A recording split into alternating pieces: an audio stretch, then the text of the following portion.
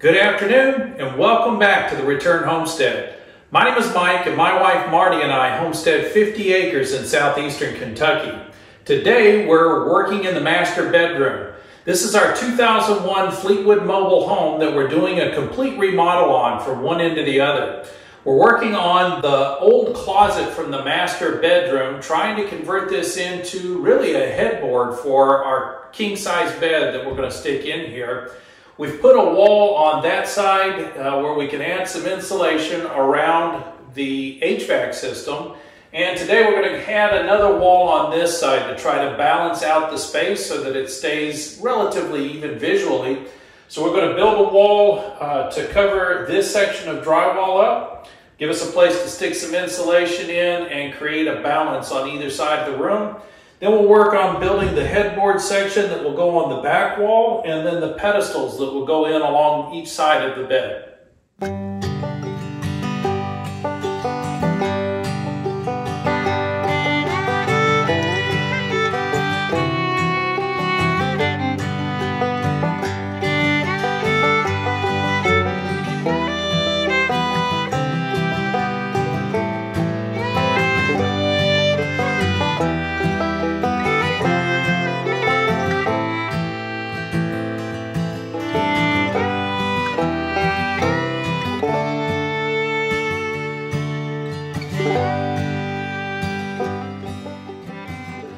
So the first thing I want to do is create a relatively smooth place for this new wall to go in. One of the problems that you encounter whenever you paint over the top of vinyl is any place that the paint doesn't perfectly adhere to the vinyl, it will very easily peel off. And then you create these great big jagged holes in the original paint so that when you paint over the top of it again later, you have these weird spots in the paint job. There's very little way to smooth this out other than taking drywall mud and feathering it out the best you can. So I want to avoid creating a bigger, more jagged hole wherever possible. So I'm trying to cut these sections of paint loose. And there used to be a wall here, so when we painted, we ended up with a nice lip of paint left behind, so I'm kind of trimming that off to give us a smooth place to attach the new wall.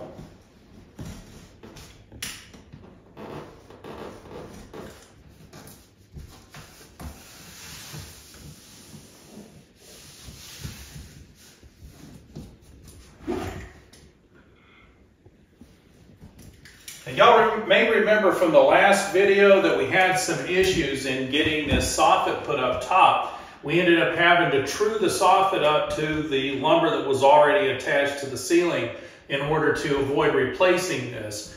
And over on this side of the headboard section, we're going to have to do some truing as well. We're only 26 5/8 inches out from the back wall on that side of the alcove. But on this side, this top plate is 27 inches out. So it's a little bit further out, so we're going to have to build a wall that's slightly longer than that side. It's about a 1/4 inch difference across this entire expanse. I don't think visually you're going to see the difference. We'll just have to take that into account when we're hanging drywall.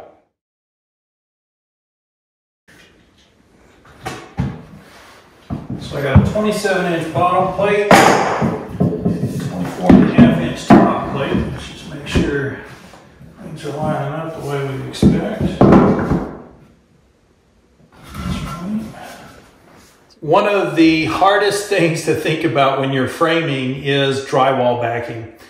Backing your drywall or having some wood to put screws into to hold the drywall in place is really complicated sometimes, especially when you have corners.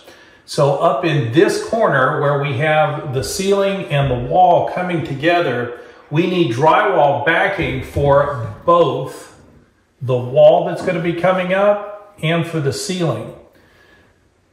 Right now, if I just build a wall, I won't have any place to screw off the ceiling to.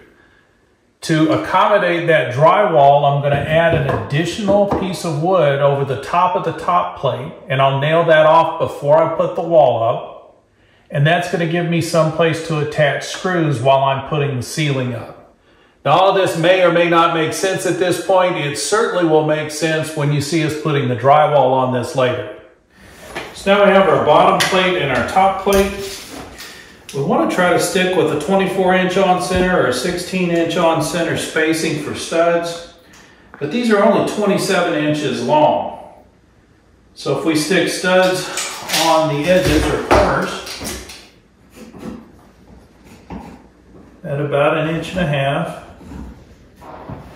we're going to lose 3 inches, and it'll be 24-inch total gap in between the studs.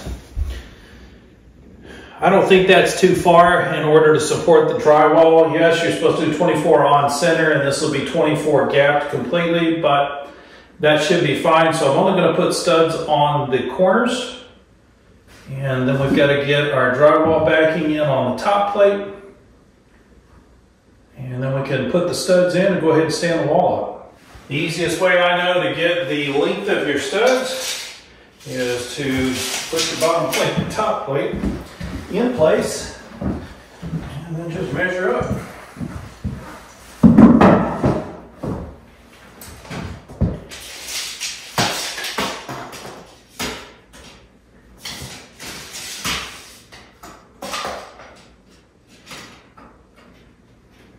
.80 3/8. So Marty reminded me of a very important part of this install, and that's the electrical. I've got to be able to get the electrical power from this outside wall up and over the top of this soffit to get power back on her side of the bed. In order to do that, I've got to have a hole in the top plate of the wall I'm putting up in order to pull the wire through. So we're going to go ahead and put that hole in place now before we assemble the wall, because once it's up there, we're too tight to the ceiling and it's not going to be possible to stick this hole through. See, we just need a proper paddle bit. 7/8, it's a little wider than normal. Should give me plenty of bite for the hole and plenty of room to maneuver the wire through.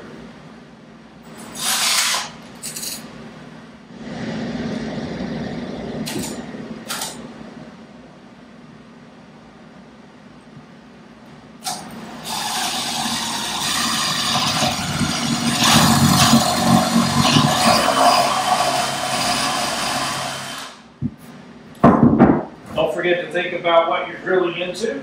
I don't want to put a hole in the subfloor. Get this thing braced up a little bit.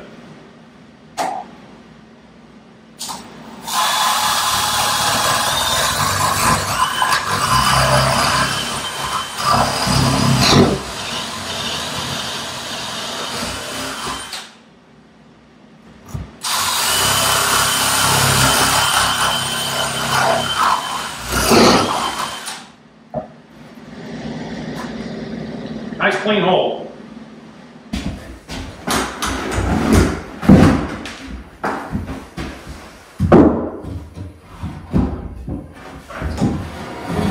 don't really need to mark these studs out because they're simply going on the edges. So just want everything flush and as square as we can get it.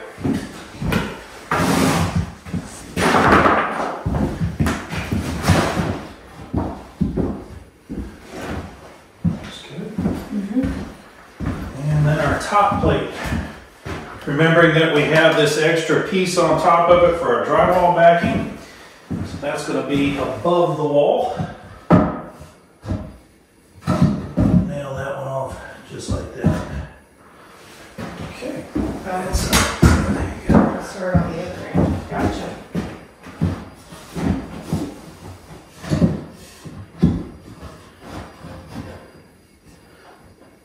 So whenever you're attaching framing with a nail gun, always think about where your downrange hand is. Think about where that nail could go. You don't want to hold this board up close to where you're nailing. Eventually, you will hit your hand with one of these nails. Trust me, it does not feel good. Make sure your hand is well back away from the nail gun. Nail it off. And you see right there, we split the wood just a little bit with the nail. If I had my hand over that, that would have at least driven a splinter into my finger.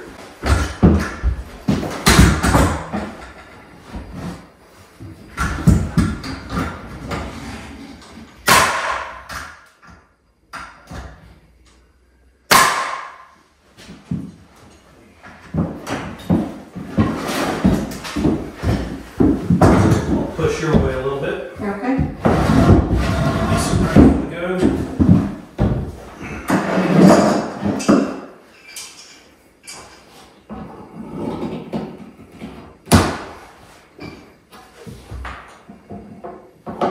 What is that?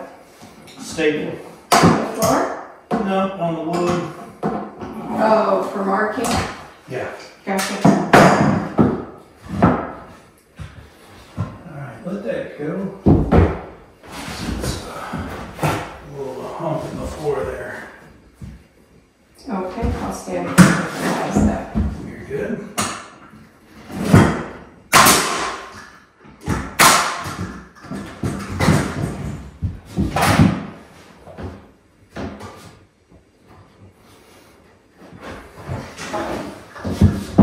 Watch your hand.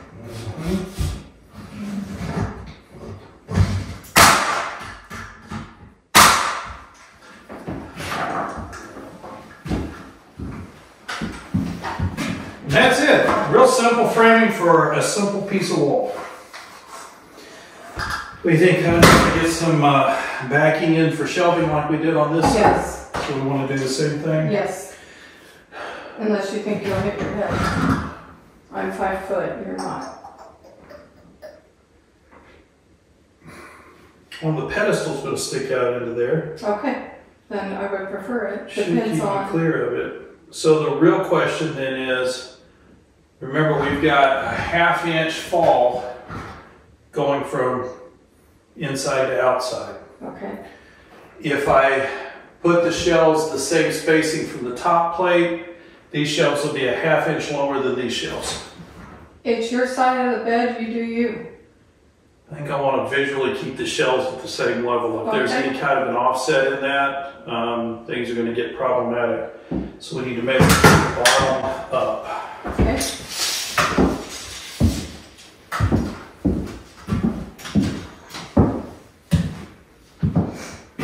So one at 57, one at 67.5.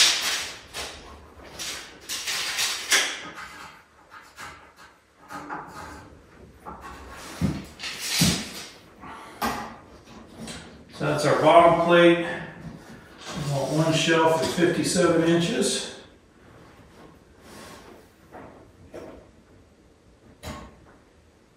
And one at 67.5.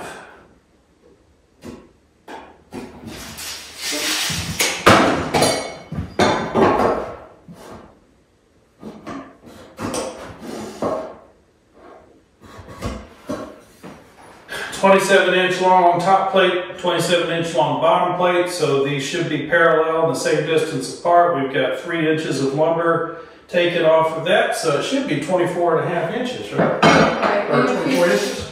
If you put the shelves on there now, you can button out them. Yeah, that's the big reason for doing this, is I can use the nail gun to butt nail these before we assemble it, so I don't have to toe nail them in. It's actually a little shy. So that's 24 inches thin. Typically when you're building rough framing, your measurements are always within 1/8 of an inch. There's always some margin for error, and you try to kind of cheat yourself to the side where things are a little loose. I don't like doing that. I build things really tight, so my framing usually has to be banged together before you even put the nails in it. When I say 24 thin, what I'm talking about is a 1/16 of an inch shy of 24 inches. So I am taking a measurement down to the 1/16 of an inch because I like to build them tight. I don't know if this will show up well on video or not. I just wanted to show you what I was talking about with thin and fat measurements. So that was 24 inches in between the studs, but it was slightly less than 24 inches. And you can see that's about a 1/16 of an inch shy of 24 inches, which should fit right in between the two studs.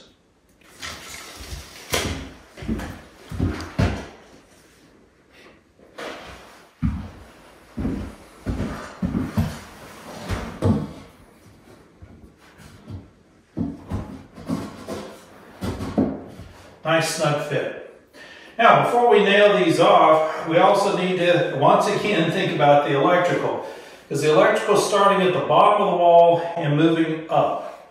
So we do need to have some place to hold the electrical or have the electrical pass through this bracing that we're putting in for shelving. I'm going to keep the holes for this portion of the wire out toward the edges. That way I can attach brackets toward the middle and not have any potential of hitting the wire. One of the other things that you can do is get these little metal sleeves. And these metal sleeves fit inside of the holes if you use the right size bit. And that also protects the wire. There are also metal plates that you can place over where the cord runs through the wood. And you just pound the plate into the face of the wood. And that would protect you from ever being able to push a screw through or a drill through because there'd be metal instead of wood there. And it just helps to protect your electrical wires inside of the framing.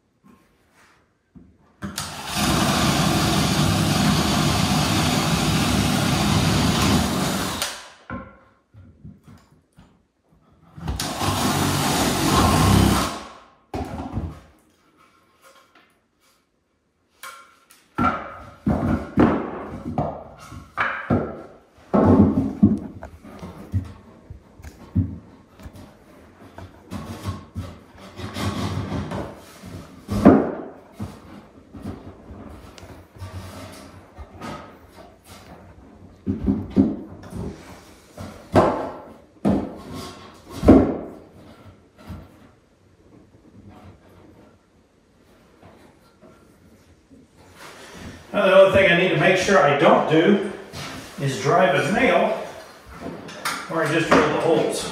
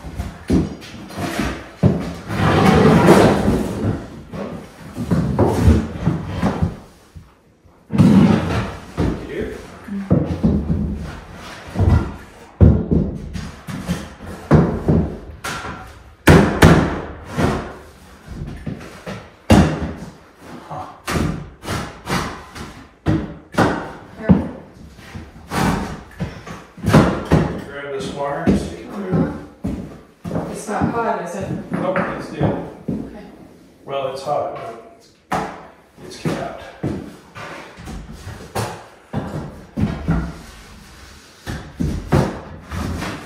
That's where I'm stuck. Is that board? Here. That's all right. Here. Don't wrench it.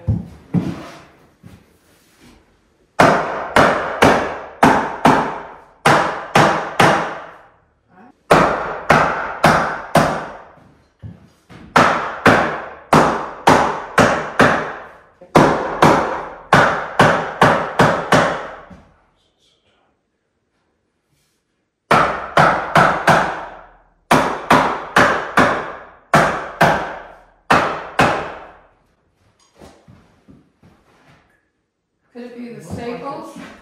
Does that look like it's lifting? I hope not.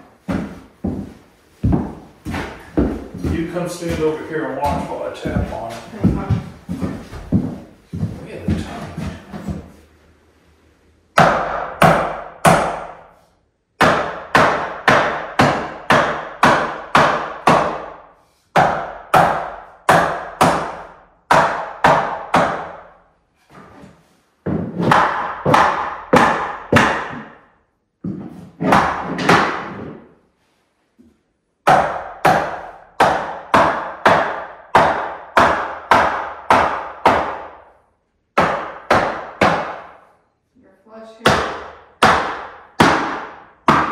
On the bottom here, huh?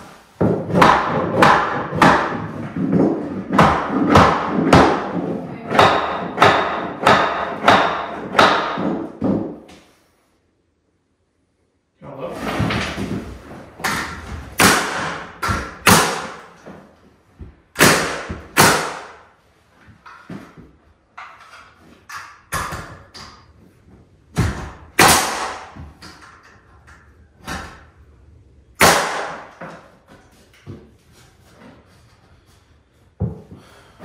All right, because we built it nice and tight, it had to be pounded into place.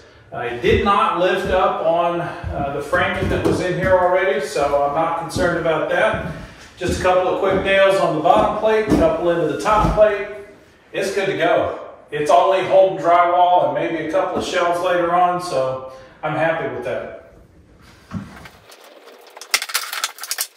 This wire is going to be a lot easier to pull through and work with if it's not quite so twisted. So I'm just kind of working some of these twists out of it.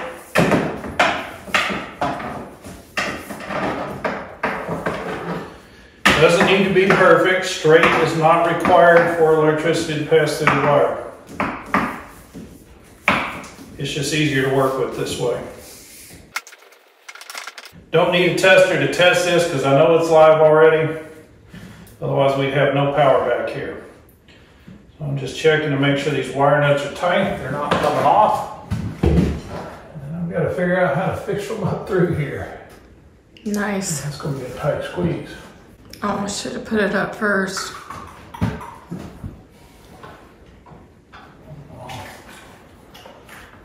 Screwdriver. Yeah, but you might get a piece of wire. I have a piece of wire. You can fish it out through there and pull it. Yep. You have a screwdriver? Yeah, I've got a screwdriver. Okay, so you need a piece of wire. Yeah, if you've got a piece of wire, that'd be helpful. I do. Tell you what, while you're at it, go ahead and kill that main. Kill the main? Yeah, I'm going to have to pull these wire nuts off to get it through there. Okay. I don't know which one the main is. It's the very top one. Yeah, it says main, you can tell. I tell you what, guys, my wife's a little nervous about playing with the electrical, as she should be. I'm going to go turn the main off real quick. You got it. The lighting's going to be a little bit difficult on this work that we're doing right now. We don't have any lights on in the house.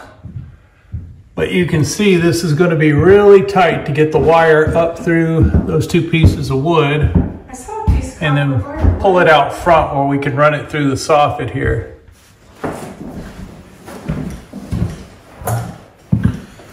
So all we need to do now is fish the wire through.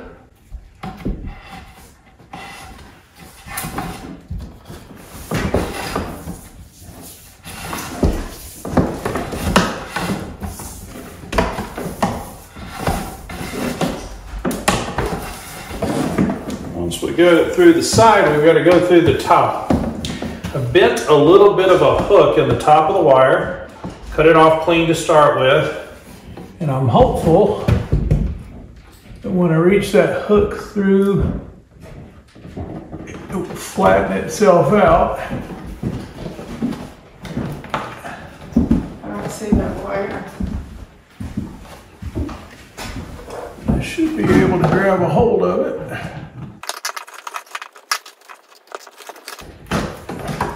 Yay. Pull it on through. That's a little tighter than I would have liked, but we can work the wire back through there. Just want to be careful not to kink the wire. That's just going to make it that much harder to push it through.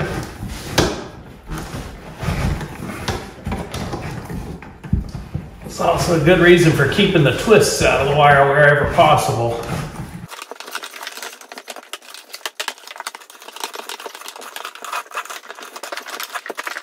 You just want to make sure we leave enough wire inside of the wall that it can be properly stapled off. So we're going to staple there and a staple over here.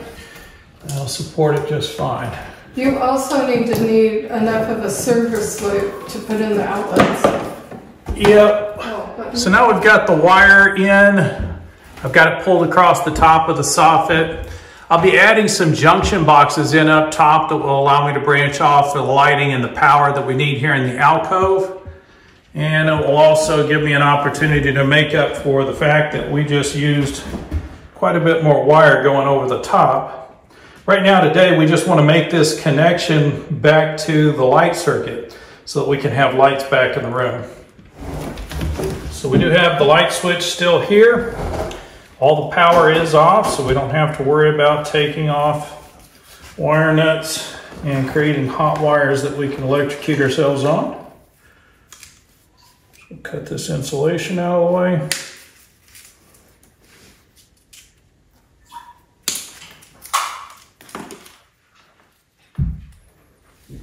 Take these wire nuts off.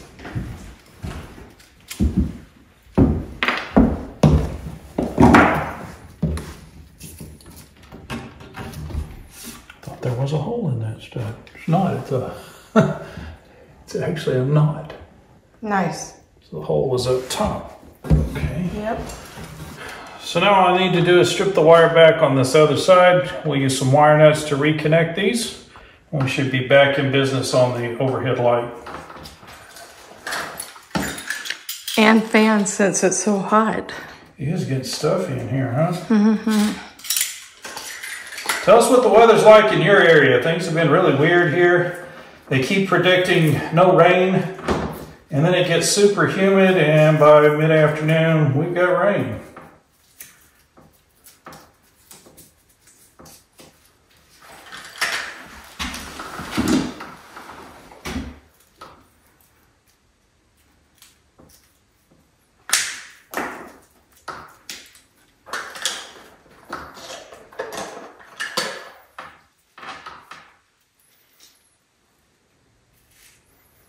Don't need a lot of exposed wire here, just the very tip of the wire is sufficient. We're going to stick it in the wire nut. Straighten them out a little bit.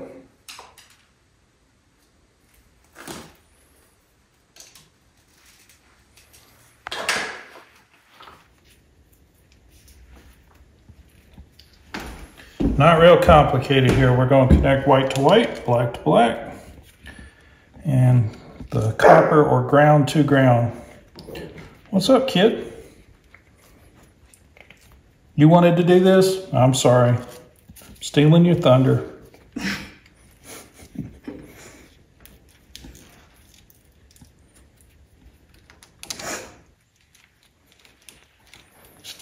When you're applying a wire nut, pinch the wires here and keep turning until the wires start to twist.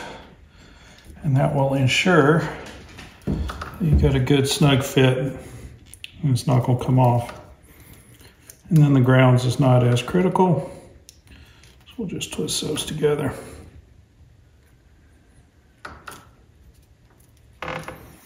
There we go. That'll allow us to get the lights back on in here. So now we have a wall to match the other side.